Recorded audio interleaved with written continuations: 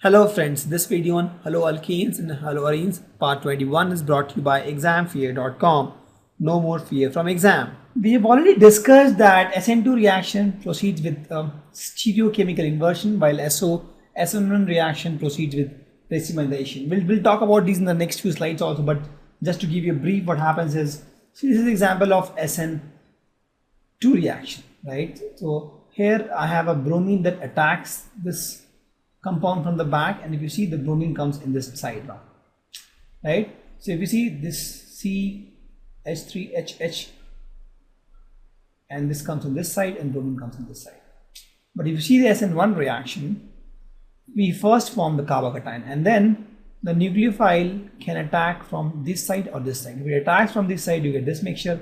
Attack from this side, right side, you get this mixture. Both are different actually.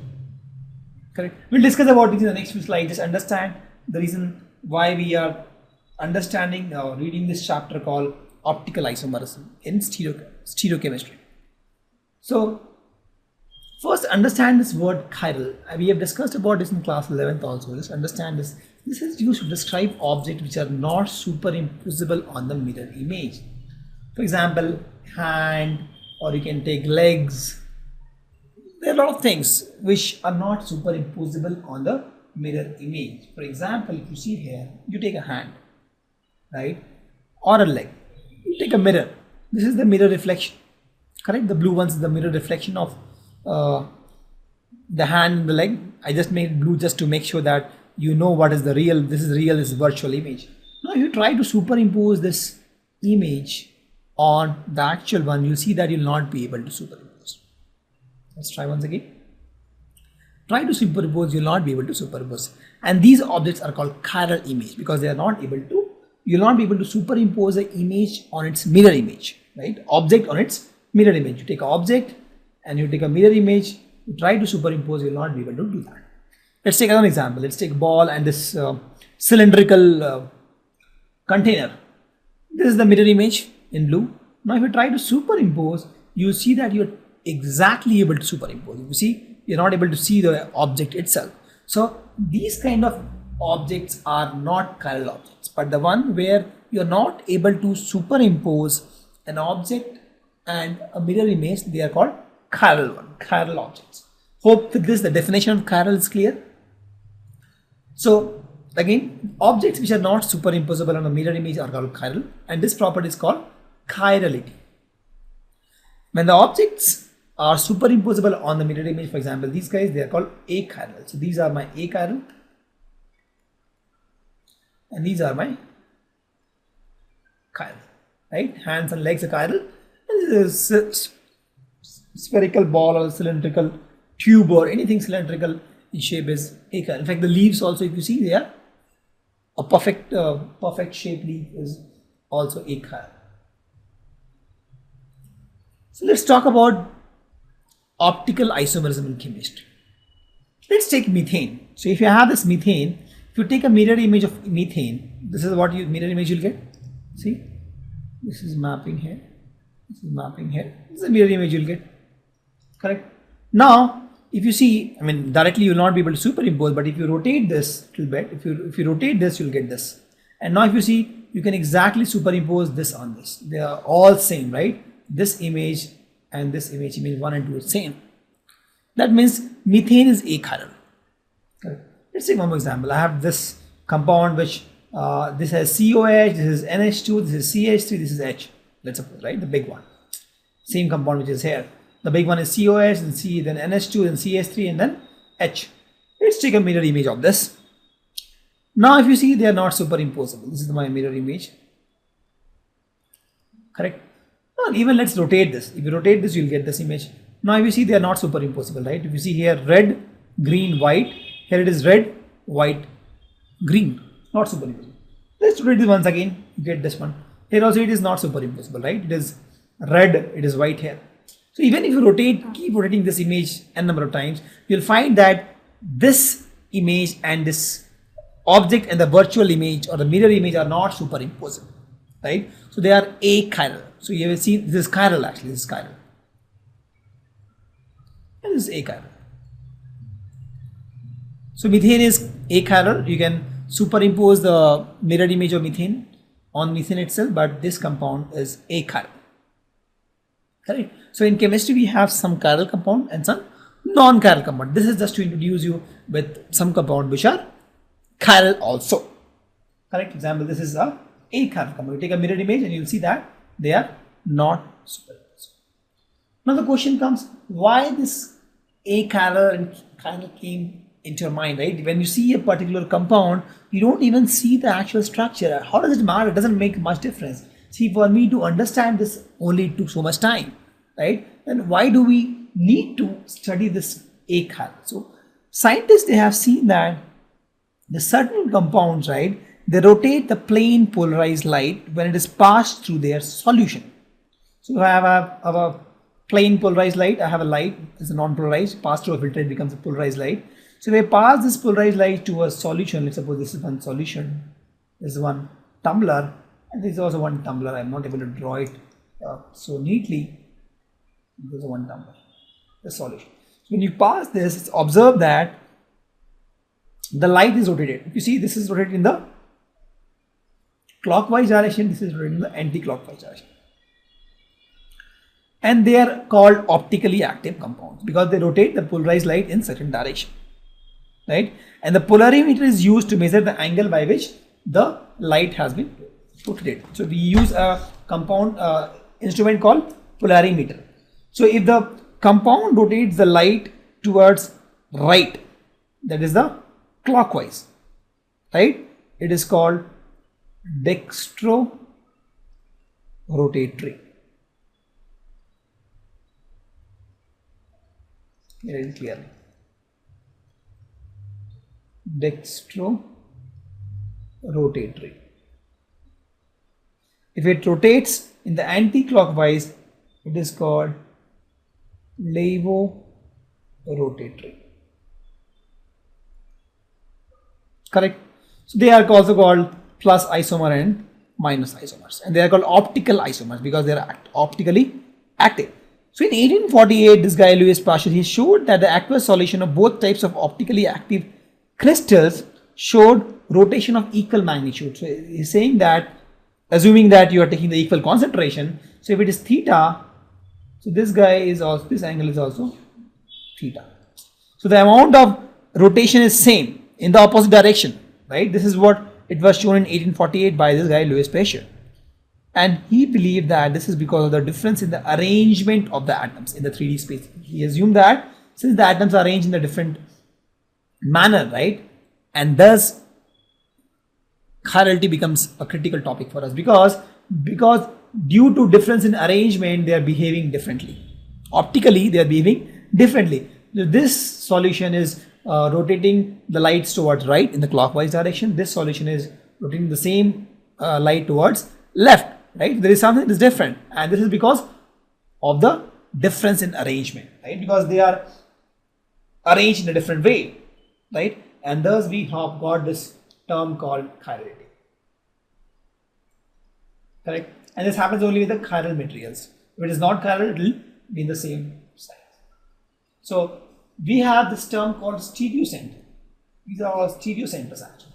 Centers of the carbon, which has actually all 4 different kind of atoms attached. It is stereocenter. So again in 1874 now. So earlier if you see, this happened in 1848. Now this is 1874. So what happened? This guy went off. This guy argued that this arrangement of the 4 atoms or a group of atoms around a carbon or central carbon atom, that is tetrahedral. See, that time the shape and all was not there, right? There was no such instrument to see what is the exact shape. They did the experiment, they found that this solution is rotating the light towards left, this is rotating towards right. So they guessed that this may be because of the spatial arrangement, difference in arrangement. Now, this guy told that this is happening only for the tetrahedral carbons, where the carbon is attached to 4 different atoms. Please note, atoms or group of atoms. For example, this is COH. This is a group of atoms, right? This is NH3. This is CH3. This is H. This is an atom. This is a group of atoms. So around this carbon, it has to be 4 different atoms or group of atoms, right? And if all are different, such carbon atom is called asymmetric carbon or stereocenter, right? And this asymmetry of this molecule is responsible for the optical activity of this compound. So if there's a carbon attached to all the 4 different atoms or group of atoms, then that carbon is stereocenter, is optically active carbon. For example, here if you see COH, NH2, CH3H, all are different, right? So this is optically active carbon compound. So there's a test for chirality. And what is the test? Just check all the 4 atoms or group of atoms attached to the carbon are different. Let's see for the propane to all. So propane to all is like this, CH3 meth propanol. This is the structure, meth propanol, right? Propane to all actually. This is my propane to all. Just draw the structure, this is my propane to all. If you see, these are same, right? So this is my carbon and it has 4 atoms or group of atoms attached. One is OH, 2 are CH3 and 1 is hydrogen. These 2 are same. Since these 2 are same, that means this is not optically active. This is achiral.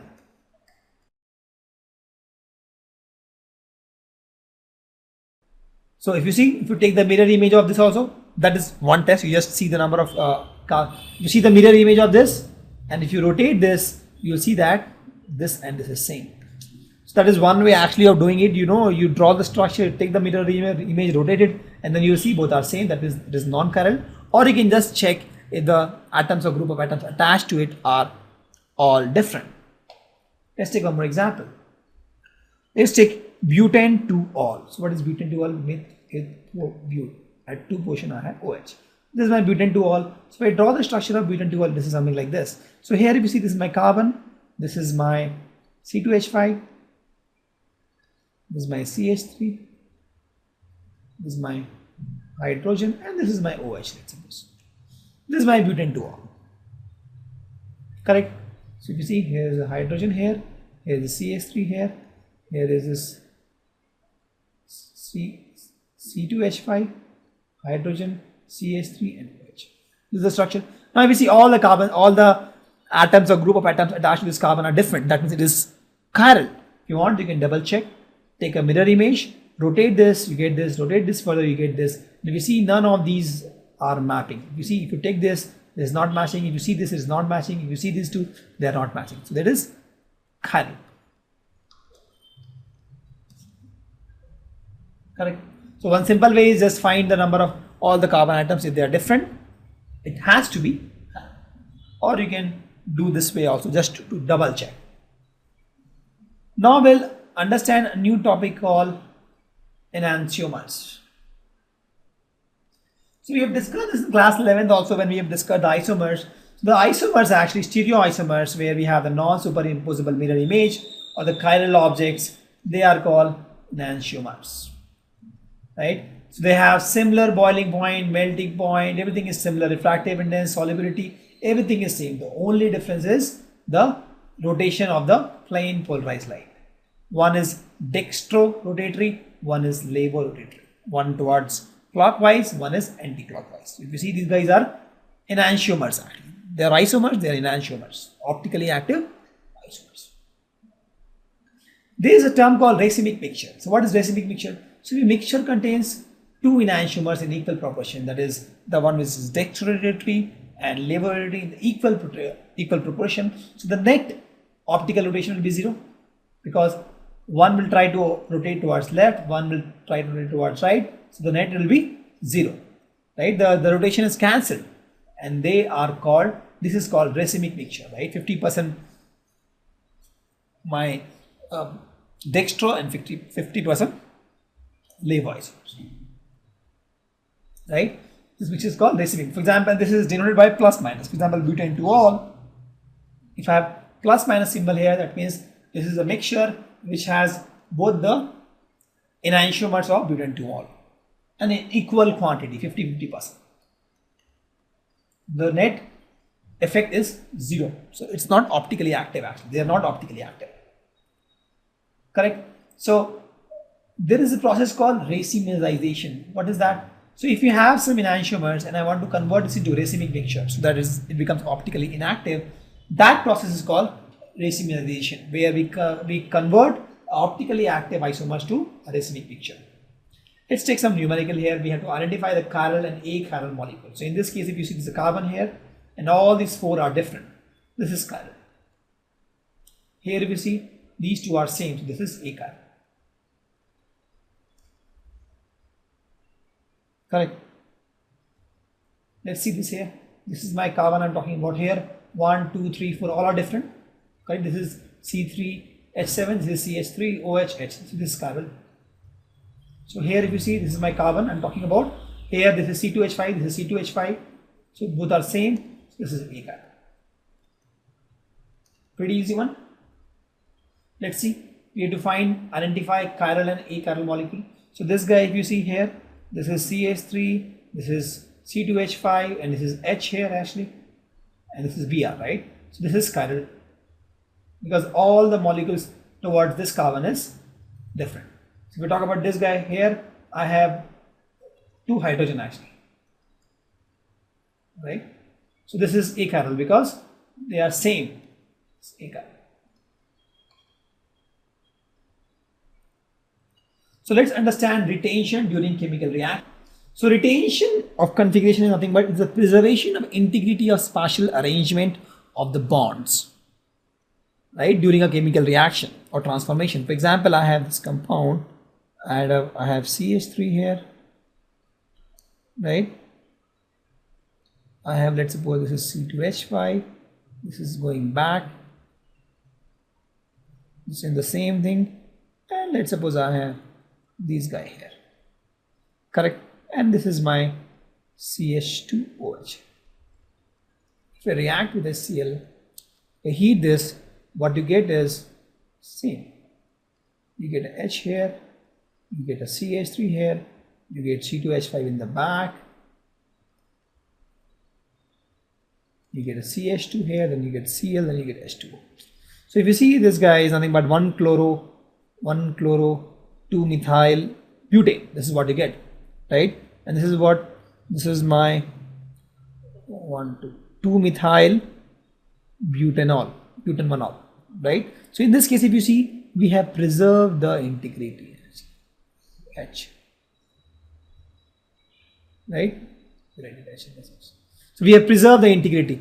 So if you see, in both cases, we have just replaced OH with Cl, but this integrity is preserved, right? So both are same, right? If this was, let's suppose, dextro, both are dextro, right? We didn't change the integrity of this particular compound, right? So this is kind of reaction is called retention during chemical reaction. The next is inversion during chemical reaction. So in this kind of compound, the integrity is lost, right? For example, I'll take C here, and again similar same thing. I'll take, this is my H, and I'll go with this in the back side with a hard A, which if you don't know about this convention, please watch my class 11th videos where we've discussed. This is projecting out, this is projecting in, this is BR, this is NAI. With this, what happens is, what you get here is something like this, because this I attack from backside, and what you get here is something like this. This becomes this. This is my C. This is my H. This is my CH3, and this is my C2H5.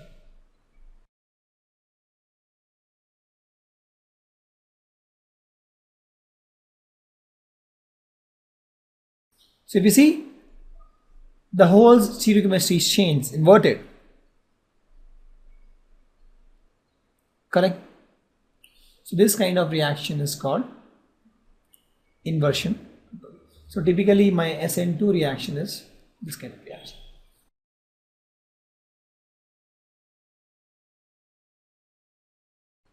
So we'll talk about more of these in details. We'll take some more examples.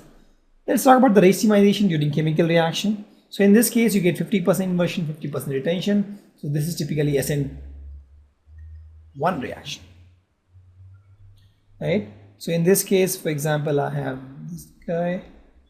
This is this right, C2H5. This is solid wedge, CH3. Let's take this guy, C3H5, and let's take this CLA. Okay. So now, if you see here in this reaction, so it will go for SN1 reaction, right? It's totally covered. So it will form something like this, in the same plane actually. Form CH3,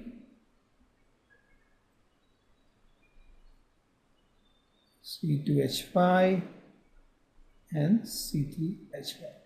Now if you see the attack, let's suppose iodine attacks in this case, right? So iodine can attack from this side and attack from this side, both sides. Right, so there are two possible products for this. One is if on this side you get something like this, C2H5, this is C3H5, C3H5, and this I you will get from here, and the I attacks from here, you get something like this. I'll show you one picture which I got from Wikipedia. This is a better one if you don't understand my handwriting. Right, so this was my eye actually from this direction. So in this case, my eye will be from these directions. So let me see, this is my C3H5 and my eye will come from this direction. Both are different actually, if you see, right? Both are different, both are optically active and both are different compound. This is CH3. We will take you through one example where we have a good image. With this, hope you understand, for SN1 reaction, we get a carbocation first, and then a nucleophile can attack from any other side. So you'll get a racemic picture, right? Because this is 50% inversion, 50% retention. So we have seen three kind of scenario. One is the racemization, retention, and inversion. So let's understand these three once again, the recap. So I have some compound and this guy is my optically active one. So let's go, let's take C2H5, let's put CH3 in the back, and then I have X. This is my compound. So let's suppose one nucleophile attacks here. Right? So one nucleophile attacks in such a way that this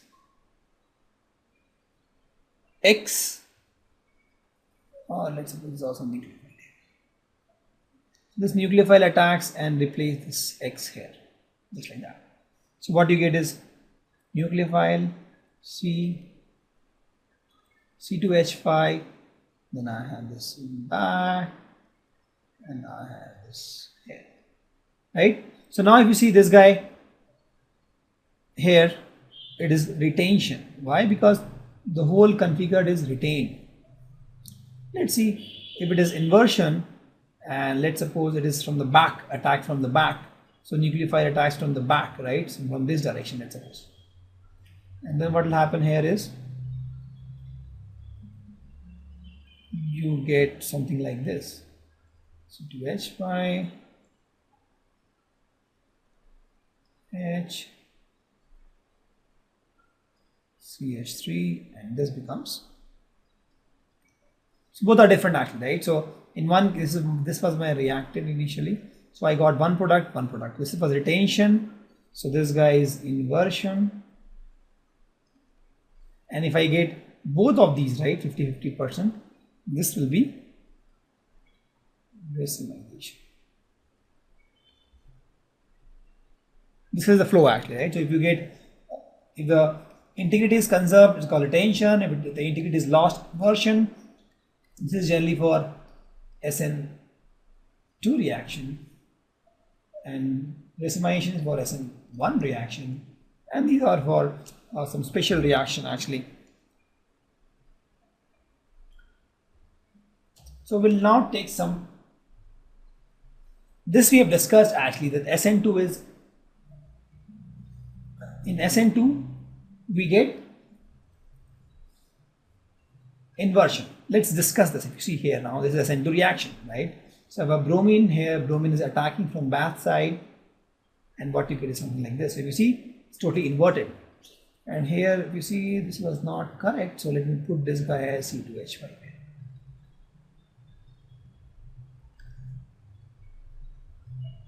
Correct? This is C2H5. So now if you see here, the bromine attacked, correct? And then the integrity is lost.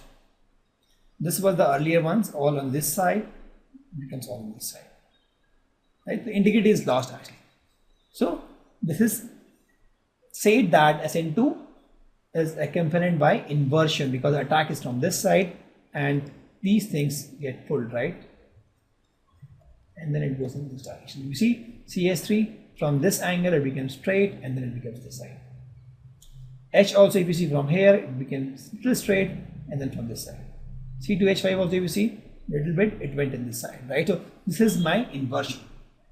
Let's talk about SN1. In SN1, it is racemisation because in SN1, this is my optically active compound, all with different atoms, a group of atoms. So when it forms a carbocation, forms something like this in one plane. This is one plane. Correct? And now my nucleophile can attack from either of the sides. If it attacks from this side, you get this. If it attacks from this side, you get this. And both are different. Both are enantiomers. You've discussed enantiomers. Both are enantiomers, and it's 50-50%. So the total mixture is racemic mixture. Thank you. Visit examfear.com to watch free educational videos, try free online tests, get the best quality study materials, study from the best tutors and mentors, and much more. Thanks once again.